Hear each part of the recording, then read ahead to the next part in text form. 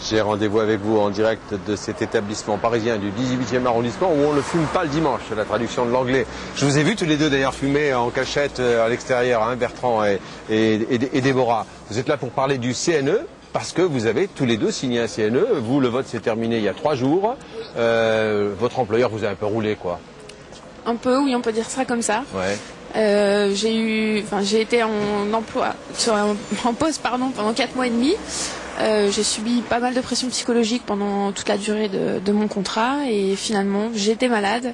J'ai reçu une lettre de rupture de contrat et suite à cette rupture de contrat, on m'a retiré mes outils de travail pendant mon préavis. Donc, c'est pour ça que vous dites je ne signerai plus jamais un CNE.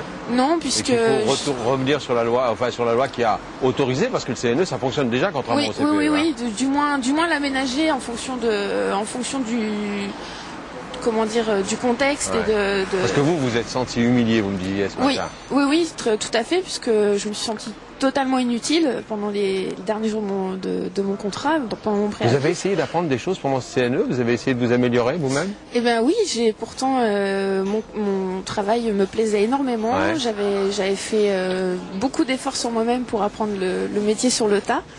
Ouais. Je pensais avoir les compétences, je pense toujours les avoir, mais plus de CNE. Plus de CNE. Il y a un garçon qui en a signé un, avec les deux mains, j'allais dire, hein, c'est Bertrand. Voilà. Vous avez presque signé, c'est presque vous qui avez signé un contrat avec votre employeur. Hein. Vous dites que le CNE, après tout, je peux partir lui-même aussi. Oui, voilà.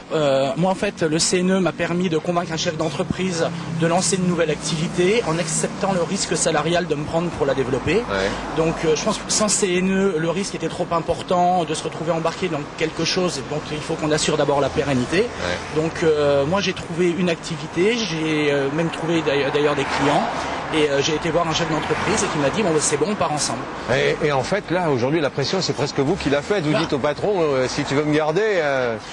Dans la mesure où ça marche et où ça s'est pratiquement et vu que pour l'instant ça marche, on peut se retrouver dans la situation. C'est moi qui peux être amené à lui dire bon j'ai des offres ailleurs. Maintenant qu'est-ce qu'on fait? Pour conclure, vous dites l'éventuel retrait du CNE c'est pas le débat. Hein. Le débat c'est pas du tout le CNE, c'est pas du tout sur le contrat. Il y a un risque pour l'employeur quand il crée quelque chose, quand il veut lancer quelque chose de nouveau, et il faut lui donner la flexibilité pour assumer ce risque. C'est tout. Conclusion de Déborah également. Moi, je suis tout à fait d'accord que dans ce type de situation, le CNE est une bonne mesure. Maintenant, tout dépend du métier exercé. Merci à tous les deux. Si vous souhaitez vous aussi témoigner et réagir comme l'ont fait Déborah et Bertrand, vous nous appelez au 32 45. Caroline Vernier attend vos appels.